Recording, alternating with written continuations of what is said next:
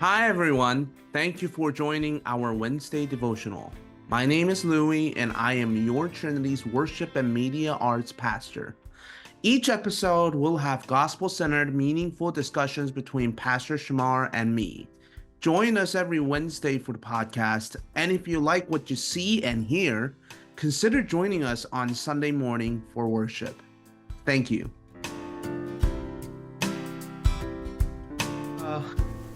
Hey, Shimar. Hey, Louis, how you doing? It's good to see you. Good to see you too. So we are starting a new conversation, basically, Yep. between a worship pastor and a pastor who actually preaches, right? So, you know, Yes. Yeah. we wanted to just kind of have this conversation recorded and make it available for other people to watch it as well in their own time. But I wanted to just jump right in. So you wanted to talk about the book of Romans and how Yes. that has a lot of quotes from the book of Psalm. Um, Yeah. what's really interesting to me as a worship pastor is that it's really cool how the books in the New Testament are constantly quoting things from the Old Testament. So oftentimes I think what the divide, at least cognitively, what happens with just Christians who are not necessarily studying the Bible from an academic perspective or even from a pastor's perspective is that they seem like they're just cut off from one another. So Old Testament is in its own thing, in its own era. New Testament is in its own era. So it just almost feels like there is this clear division, and you constantly have been mentioning through your sermon and Sunday worship that there are a lot of connections that the book writers of the New Testament keep mentioning from the Old Testament. So the particular chapter that you mentioned was Romans chapter 3. So can just I guess I'm kind of wondering how you would make the connections between the two books and, how evident in terms of like how worship might have looked like in the time that Paul was writing this letters to, in the book of Romans. So, excellent questions. So, let me just say that for Paul and the church in the book of Romans, worship would have been, I would say, if you're part of the Orthodox tradition, right, Catholic and Orthodox tradition, you would have seen high liturgy in the same way that the Catholics have it. So there's a Orthodox Jewish liturgy, and I've been to synagogue a time or two, and it's really interesting. In the synagogue, most of the worship is hymns, psalms, and scriptures. Right. And so they're going back and forth. It's not in any, I'm sure there's an order, but it's not like it's all the Psalms and then all the hymns and then all the scriptures, but there's a rich intermingling of hymns, Psalms, and scriptures. And so just like in our day, right, we have a playlist. In their day, they would have had a playlist as well. But that playlist would have consisted of, among other things, the book of the Psalms. And so you're exactly right. I do try and make a lot of references to the Old Testament because I think that for a lot of Christians, they spend tons of time in the New Testament, and I have no criticism of that. But what that can sometimes cause is a disconnect between the rhythm of the New Testament versus the rhythm of the Old Testament. Right? And you start to read those and think that they are distinct books and they don't really communicate with one another. But for Paul and for the disciples and for Jesus, for them, worship was the Old Testament. Mm-hmm. Like Jesus would have spent all his time preaching all his sermons from the Old Testament. He didn't have any reference to Matthew, Mark, Luke, right? That didn't exist at the time. Mm-hmm. So that was what became a curiosity for me. If Jesus and the disciples, the 12, are preaching all from the Old Testament, then what would it look like for us to at least do some heavy reference of the Old Testament in our preaching as well? So that was how I got to Romans. So I land in Romans, known as Paul's seminal work on salvation. And then I start seeing all these references to the book of Psalms. Chapter 3 alone, there's 4 references to the book of Psalms, right? Which I did not expect.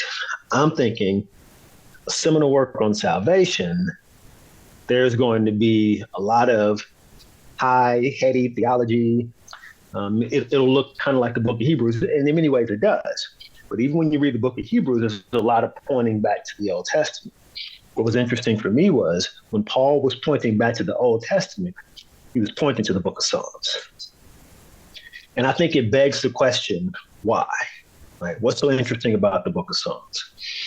I'm interested in your feedback about this as a musician, but I think that what music is supposed to represent is what mankind is actually like. Right? Now, probably the exclusion of that maybe is when you start reading love songs, romantic music, right? They seem to be, right? I saw her and she made me float. Okay. Right. So there's some poetry there, but even with that, I think it still represents the condition of man, right? She didn't literally float, but I think it does represent in song how you felt. So music meets people where they are.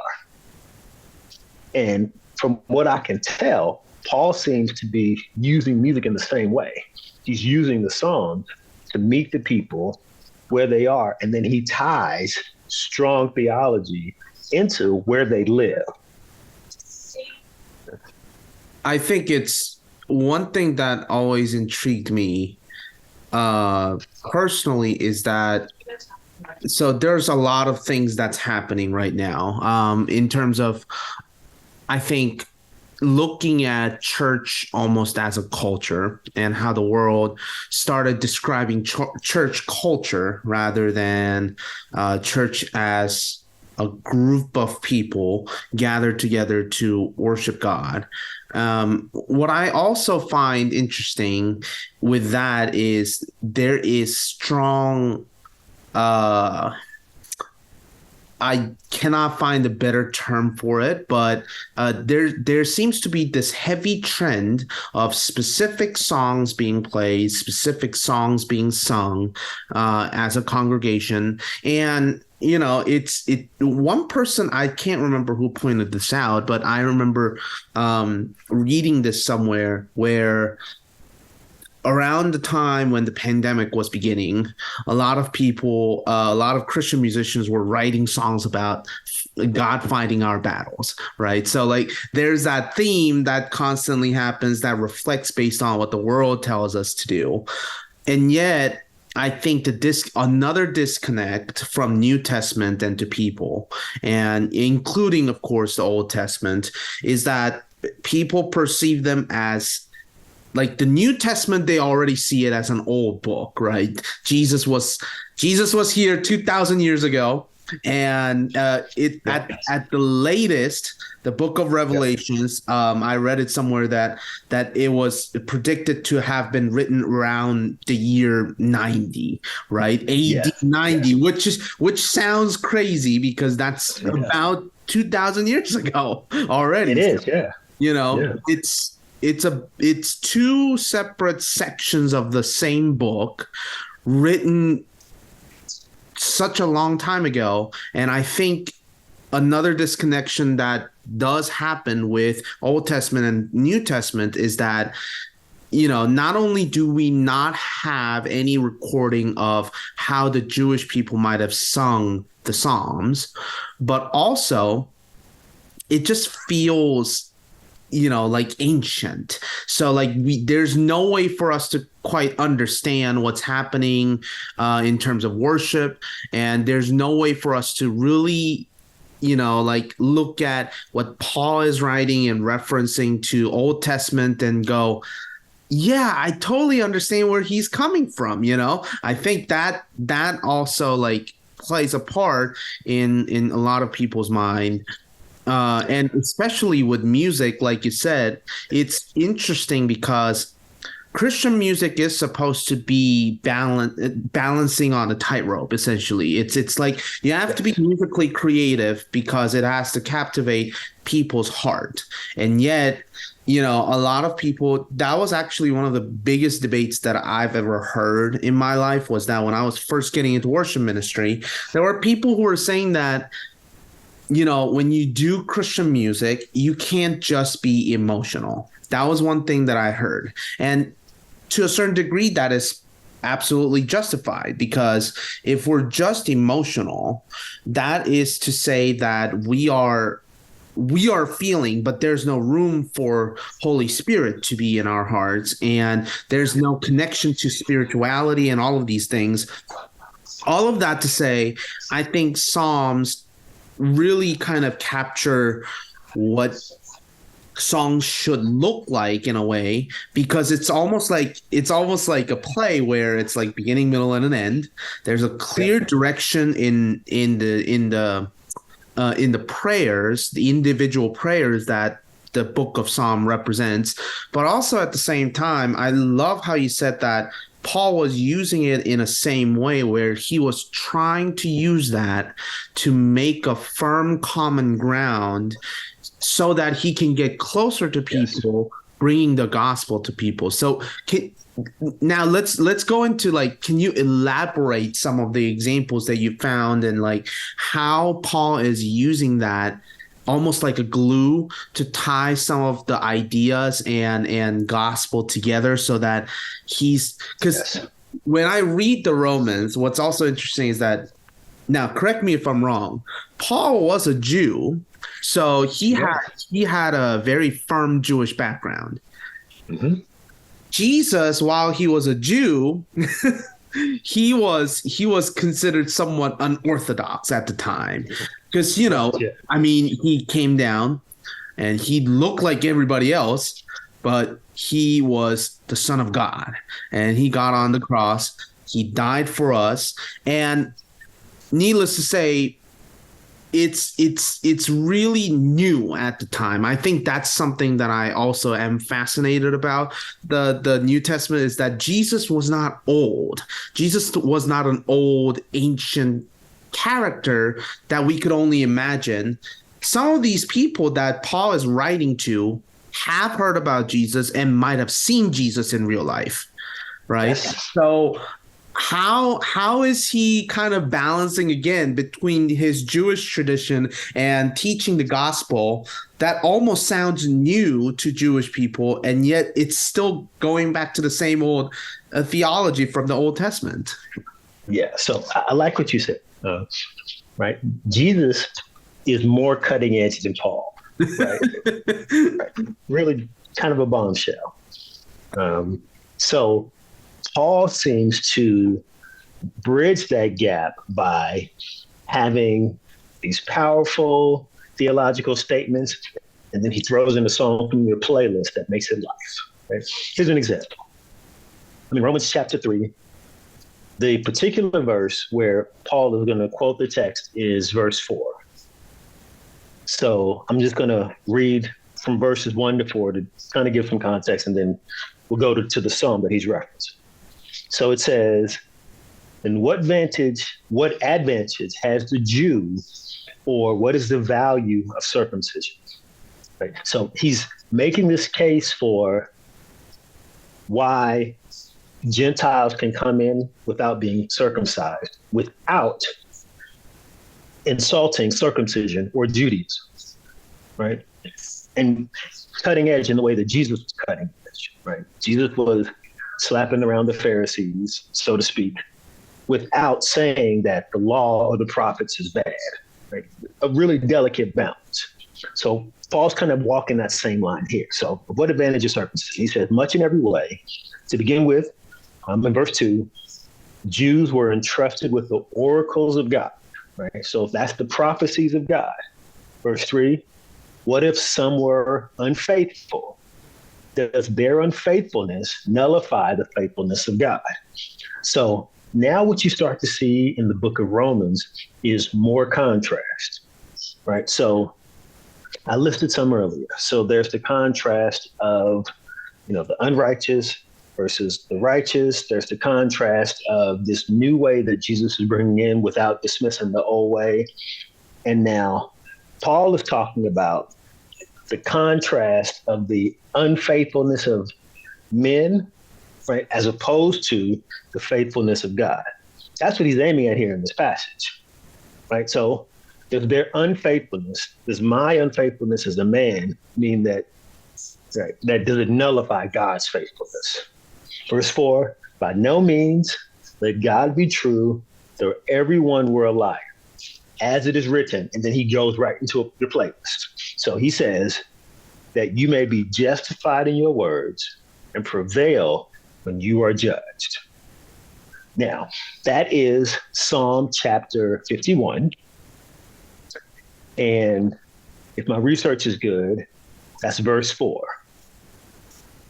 Right? So let me just read verse 3 and 4. For I know my transgression, and my sin is ever before me.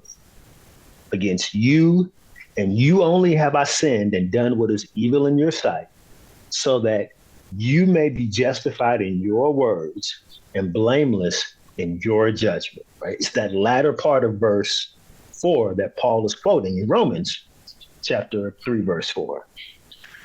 And so what Paul is saying here, he's playing this song written by David, talking about his own unfaithfulness. And in this particular instance, the faithfulness of adultery, maybe sexual assault, right? The text doesn't say it quite that clearly, but if you can read that into it. But certainly adultery, certainly murder, right? And he says, right, I know my transgressions. I know my unfaithfulness. My sin is always before me. I've sinned against you. I've done this evil in your sight. And then David almost says, right, that my sinfulness is the proof that you're God, because we have no evidence that you sin.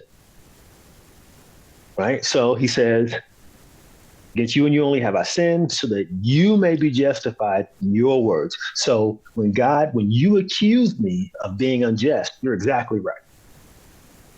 Right? My unrighteousness is proven in your accusation. Right? And then he closes with, so that you may be justified in your words and blameless in your judgment. Everything that you say about me is right. Right? So you can imagine somebody who reads the Psalms and has been the victim of adultery, or you've had somebody murdered in your family, and you start to question God, right? And that's the thing, right? It is hard sometimes to believe in God when men do you wrong, right? But Paul takes that argument and really turns it around.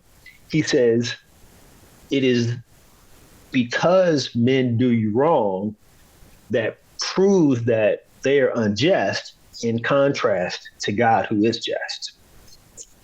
Right? That's the case really that he's making there. Have I explained that well? Does that make any sense? I think it does. So it's almost like,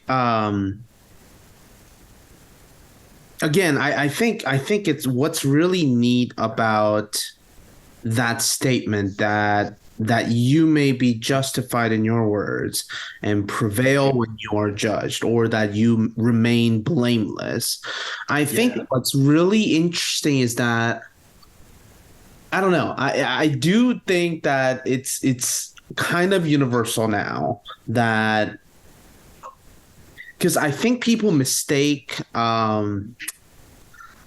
putting blame onto God versus putting blame onto myself as a problem of responsibility, right? So like, it's my responsibility to carry, and therefore, if I sin, it's my responsibility. There is a lot of self-centeredness in nature that's already instilled in our hearts just by default.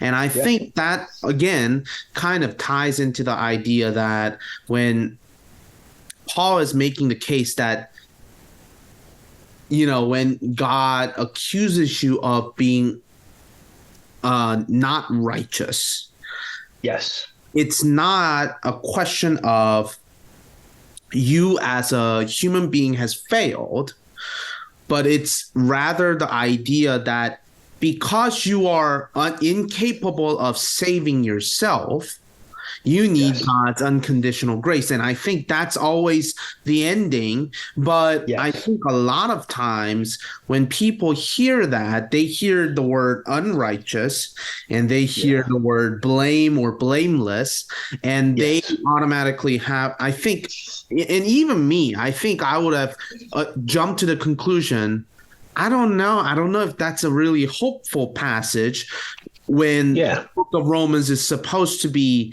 in a way, giving hope to people who's not Jews who can enter into salvation as well. Yeah. So you're right. I think that you could certainly perceive it as not hopeful. I think that's what makes the passage really controversial, right? And if I'm thinking about it as a person, right? So take off the pastor hat, right? Take off the preacher hat. If I'm thinking about this as a person, I hold two contrasts in my mind. When I make a mistake, I want everybody to excuse me. When somebody makes a mistake against me, I want everybody to condemn me. Right? And what is really powerful about how Paul captures this is what he says is all the accusations of God against us are just.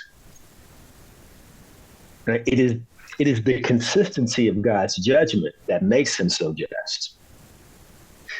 Because, right? So I can imagine for somebody who doesn't believe or somebody who struggles to believe with God, right? So they struggle with the concept of hell. But I bet that they wouldn't struggle with the concept of somebody like Adolf Hitler going to hell. Right? Because what we want on the inside is for judgment to be meted out, right? Passed out to people who are particularly evil. Right? And so Paul says that God is justified in his works and he prevails when he judges because his judgments aren't just based on my emotions and how I feel because I've been mistreated, but his judgments are right because they look at all injustice and he doesn't let any of that slide. Right? So he would be just as accurate in his judgment of Adolf Hitler as he would about his judgment of people who enslaved African Americans, as he would in his judgment of people who were in a hit and run accident. Right? He's very consistent, and it's his consistency that makes him reliable. So Paul says here, right, he asks a rhetorical question. The question is, does my unfaithfulness make God any less faithful? Does it nullify the faithfulness of God? And he answers the question, no, my unfaithfulness demonstrates the faithfulness of God because he judges everybody right every time. And it's not based on the feeling. It's not, well, Shimar's my guy, so I'm going to give him a pass. But Hitler's really mean, so he's not going to get a pass. Right? That consistency. And again, the contrast, the consistency of God versus the inconsistency of my emotions. Right? I want you to be really nice to me, Loui. But if somebody does something that I don't like, I need you to go punch them in the nose. Right? It's that consistency that I think I can see as being both a struggle for somebody like a Roman, right? Because their gods were very inconsistent.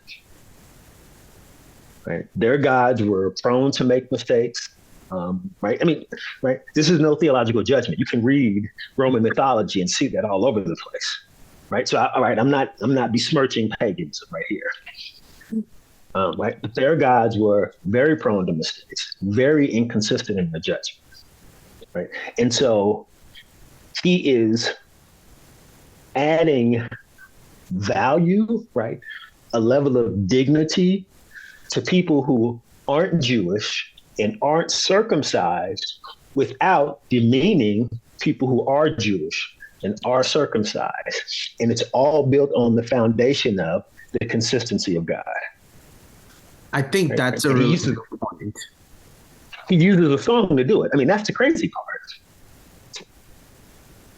I think what's also interesting, as you mentioned, speaking of the consistency, I think Paul is, again, I think this is not a dilemma, but logically, I think when people oftentimes, I think what they also struggle with is that, when we make analogies of who's righteous and who's not in God's eyes. And yes. I mean, if you read down to the latter part of the Romans chapter 3, Paul makes a claim that no one is righteous. And right. I think that's right. really something that you already pointed out, but I'm just kind of reiterating to myself as well. But it's the idea that everyone can be saved. Yes. But we also have to accept everyone was never righteous. Right. That, in God's eyes, we were all sinners. It didn't matter what we sinned with, we were all sinners. Because right. I think, and, logically speaking, and even in a philosophical way, you could probably argue that the reason why we are so prone to making almost like a judgmental comments towards someone who might have done a quote unquote greater sin than you have. Yep. That's automatically by default. What you're saying is that you are in a better position than that other person, and therefore you're making the level ground into a graded ground, right? So it looks like, I think that's where Paul is saying that, my unrighteousness is showing righteousness of God, and our unrighteousness proves the fact that God is faithful to us, right? So I think that's where I think it's really interesting. Now, tell me about, there's a whole section that Paul talks about no one is righteous, and it seems like it's just straight quotation from the Psalms. Yeah. So starting in, same chapter. So we're still in Romans chapter 3, starting in verse 10. So let me go to 9 to bring the context in. Here's what he says. What then? Are we Jews better off? No, not at all. So he's making that contrast again, right? Jews versus Gentiles. So we have already charged that all, both Jews and Greeks, are under sin. Mm-hmm. Okay. So, and then right now, very skillfully, he's going to prove this by using Psalms, right, that we can all identify with, right? The Psalms are all of us. So here he goes. I'm in verse 10, the bottom half of verse 10. None is righteous, no, not one. Verse 11, no one understands, no one seeks for God. Verse 12, all have turned aside, together they have become worthless, no one does what is good. I'm going to jump down now to verse 18. There is no fear of God before their eyes. Right? Now, oftentimes the Psalms, the biggest genre, so the Psalms, right, is a genre of book. But within the Psalms are different genres of songs, right? Different kinds of songs, which makes sense, right? We got rock and roll, we got country, we got gospel, right? So they have genres too.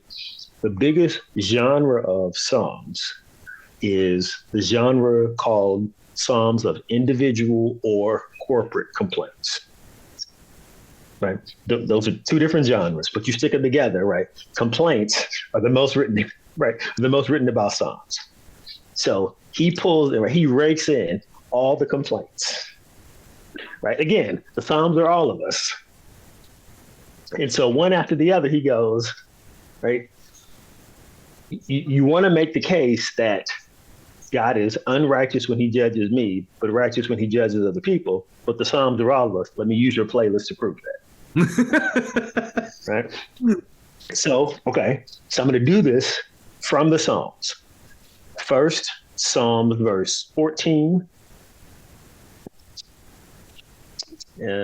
Psalms 14, verses 1 and 2. And I'm going to jump around a few times. He's in all kinds of different Psalms. So just I'll ask you a little patient with me, but here we go. The Lord looks down from heaven on the children of man to see if there are any who understand, who seek after God. Right? So that's the first reference he makes. None seeks after God. And David is like, God is looking down, looking for somebody who seeks after him. Right? Rhetorically implying that nobody's seeking after God. And then verse 3, they have all turned aside. Together they have become corrupt. There is none who does good. No, not even one. Right? Now, here's verse 1 of that one. The song is written by David. Psalm. The fool says in his heart, there is no God. They are corrupt. They do abominable deeds. There is none who does good. Right? So that's the first song that he pulls from our playlist. Here's the second one. Psalm Romans 12, it says, their throat is an open grave. They use their tongues to deceive. That is from Psalm chapter 5 and verse 9. Okay. Here's what it says. For there is no truth in their mouth. Their inmost self is destructive.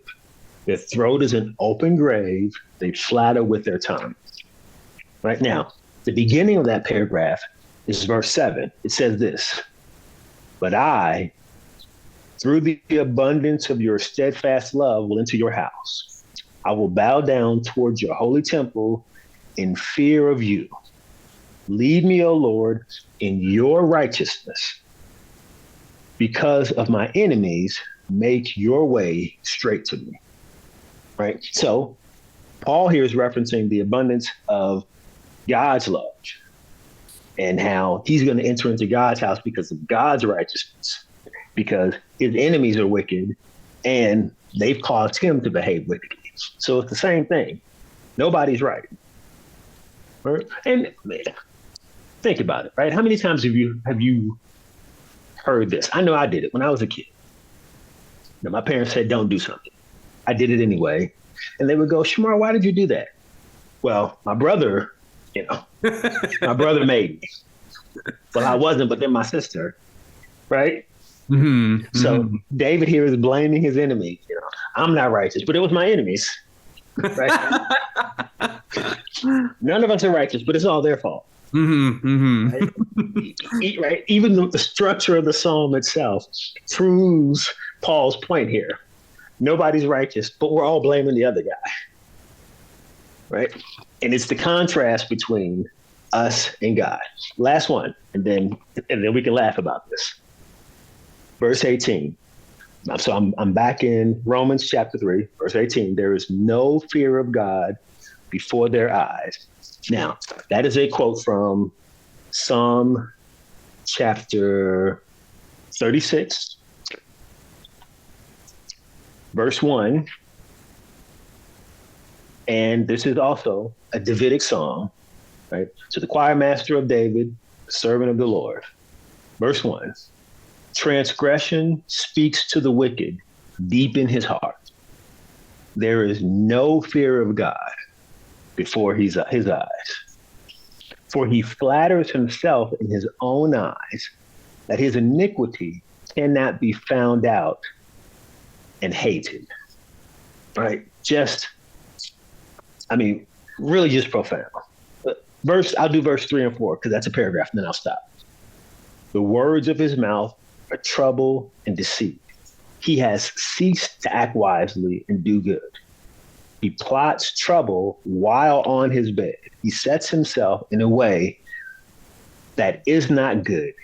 He does not reject evil. Like the holistic nature of this evil person is laid out plain. And right, but verse 1, it just says there is no fear of God, right? Paul captures it there. They do all this because there's just no fear of God before their eyes. So that's why I say that when you're reading Romans, it is a difficult passage, but what really is difficult about it is that Paul puts everybody on level ground. Right? He puts me and my enemy on the same ground. He takes away, I think your illustration is beautiful. He takes away all the grading, right? The ground is just level. And that's hard to swallow until you remember that you wrote the song about your enemy. And you also reflected back on yourself in the same song, right? So that's the beauty of Paul in Romans, in the song. I think it's so true to this day that I cannot tell you how many times people have come up to me and said, that hymn, and they would tell me some of the stories that they have about the hymn. And when I hear the stories, the reason why it's so moving emotionally, but also spiritually, is because not necessarily because it's always true, because they were written still by human beings. But I think the fact that we can relate to it is such a big part of it. So, it's really funny because you're absolutely right. David, while he's writing about how it's the enemy's fault, and yet he's laying out everything that the enemies do, and and he's so detailed about it. So logically, what you have to say is, oh my gosh, he might be the enemy himself. He knows the enemy better than the enemy does himself. So I think that's really something that's also important for a lot of us to remind ourselves, I think, to this day and age where, I think it's so easy to fall into the trap that because I'm a proclaimed Christian, I can just go ahead and place myself on a pedestal or on the other side of things. I don't know if you've ever heard this, but I do remember someone talking about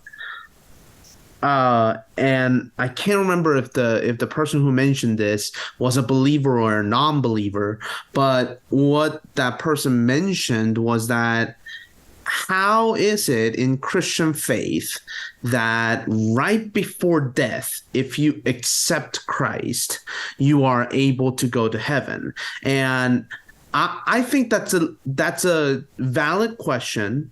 And one of the things that I always thought about was, well, we do that in hopes that the person will enter into heaven, but it would be between that person and God, right? So for me, there's a song called The Least of These. It talks about between the two thieves, I'm the least of these, right? The two, and the songwriter is talking about the two thieves that were hung right next to Jesus on the cross when Jesus was on the cross. And, the same idea where one thief looks at Jesus, and as he is dying with Jesus or right next to Jesus, he goes, you see this man who's blameless, and he's dying on the cross for us. and he proclaims his faith in his dying breath, right? And I think something about that concept where through faith we are saved. I think that concept is very, very hard to explain without understanding how the system was beforehand, right? So like I think when I think about Jesus coming down and dying on a cross, and so the whole New Testament idea, it's like God had a policy, right? and he originally had this policy to work for people. And it was supposed to work had the people obeyed what God was telling them not to do or followed his policy of what to do, right? Yeah. But we disobeyed, and therefore here we are. But one thing that I found interesting was that the only divide that I think there is like God had a new design in the New Testament where, you know what? Nobody passed the test. Nobody passed the test. And I keep mentioning to myself, because I have to remind myself often about this. I remember my wife was asking, did anyone from the Old Testament get into heaven? Or did anyone from the Old Testament see God? Right? And I said, from my memory, the only person who was as close as they could get was probably Moses or David.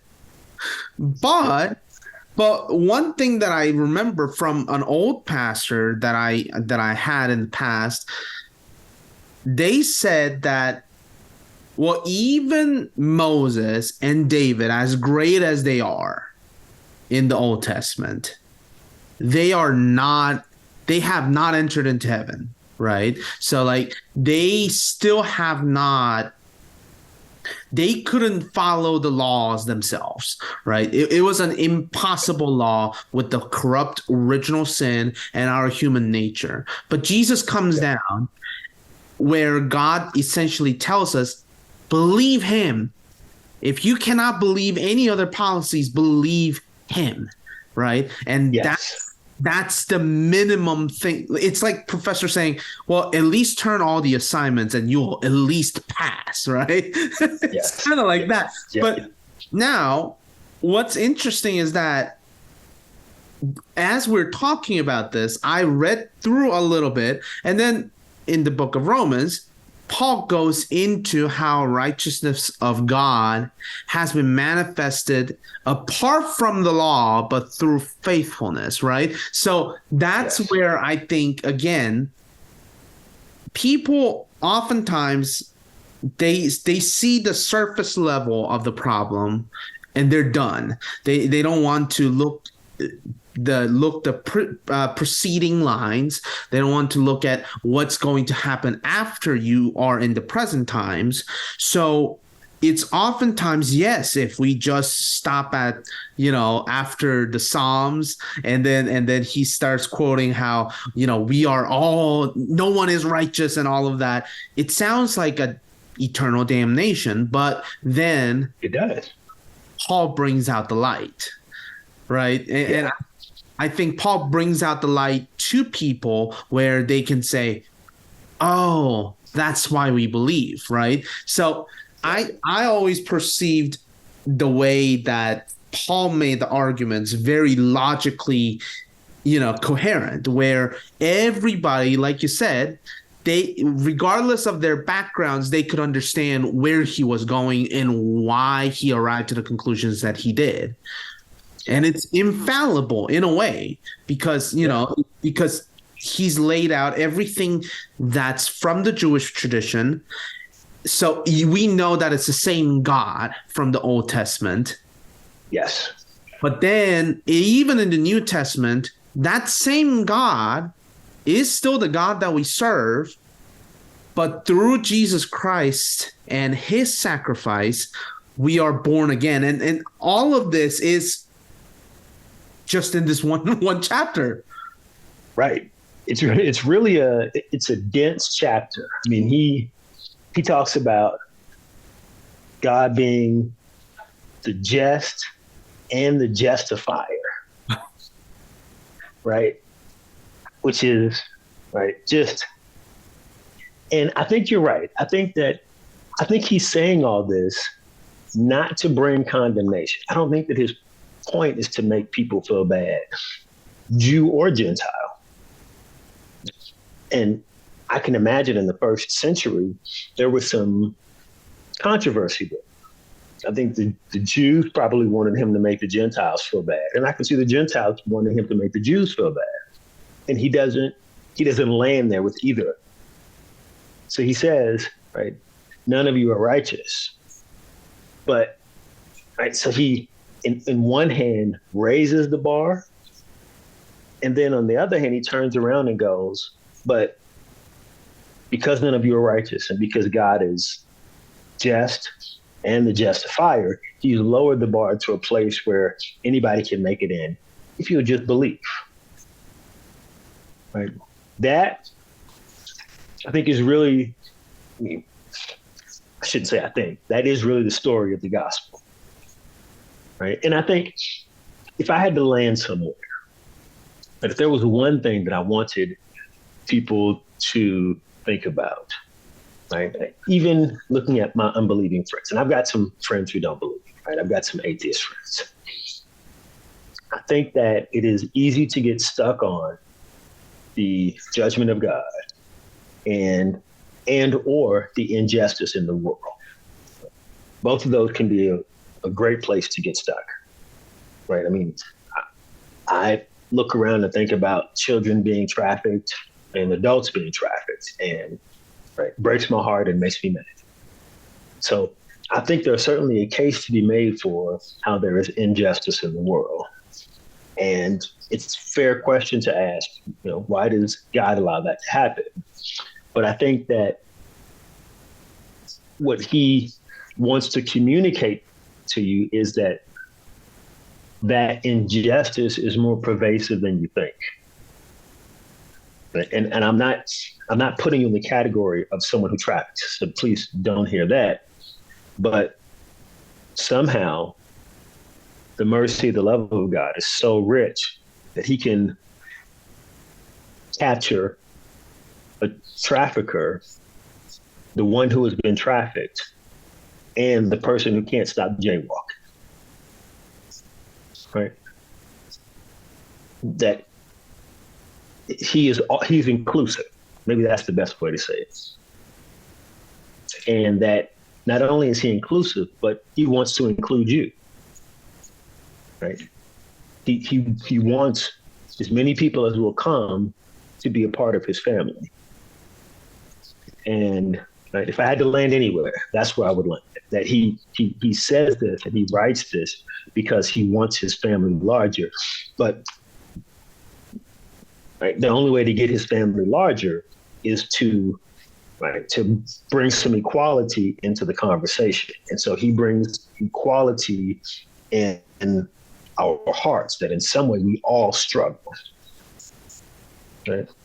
Our struggles are different, but we all struggle. And he came to rescue you just like he came to rescue the damned. And, he will judge all with equality as well. Right? And it's disconcerting, right? But it's really beautiful and merciful at the same time. So those are my thoughts. I think it's a fantastic thought. I mean, again, I think there's no better way to elaborate the grace of God that's so wide, so big. Yeah. That it's, our minds cannot comprehend it. And I think, and my closing thought would be, I think a lot of times, and I've shared this with you personally before, I sometimes believe that people who are not unbelieving, rather, they are sometimes closer to God than they can possibly imagine themselves. And I think what's happening potentially is the idea that maybe they have in themselves the doubt or that idea they have of themselves. I am not good enough. So if I get judged, so that's a presumptive idea where you already arrived to the conclusion before it actually happened to you, right? So I think that's one of the reasons why Paul is saying, well, no one is righteous, right? So, and don't worry, you're in good company. Right. And in that sense, only God and God will be the only one who will always be righteous, right? So if you can't trust yourself, at least trust God. I think that's always the story that we find ourselves in the gospel, I think.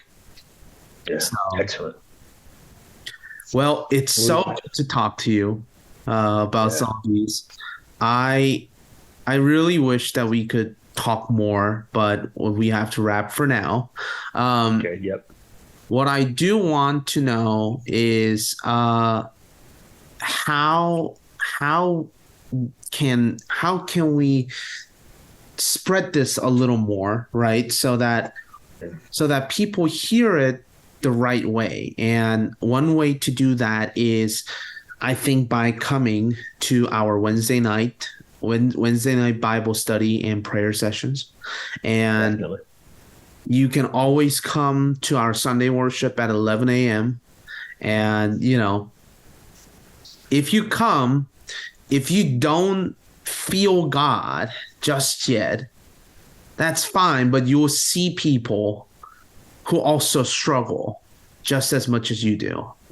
And I think that's the beauty of fellowship that we have, or at least we're supposed to have in the church community. And I think that's what we want to encourage people who's listening to this and watching this.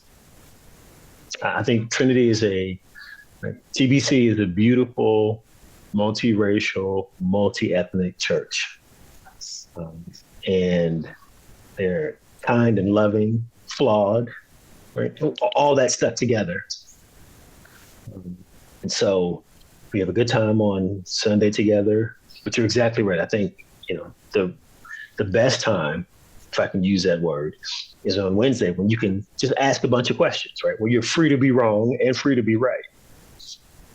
So I'm thinking about maybe doing 2 Bible studies. Right now, we have Bible study from 6 to 7, but for people who get off late, we're thinking about maybe doing a 7 to 8 or a 7 to 8:30 Bible study so that you can still make it in. So we're trying to be, in that way, as inclusive as possible, trying to make it more convenient for your schedule. So if you have not come to TBC and you live in Lexington, what's the problem?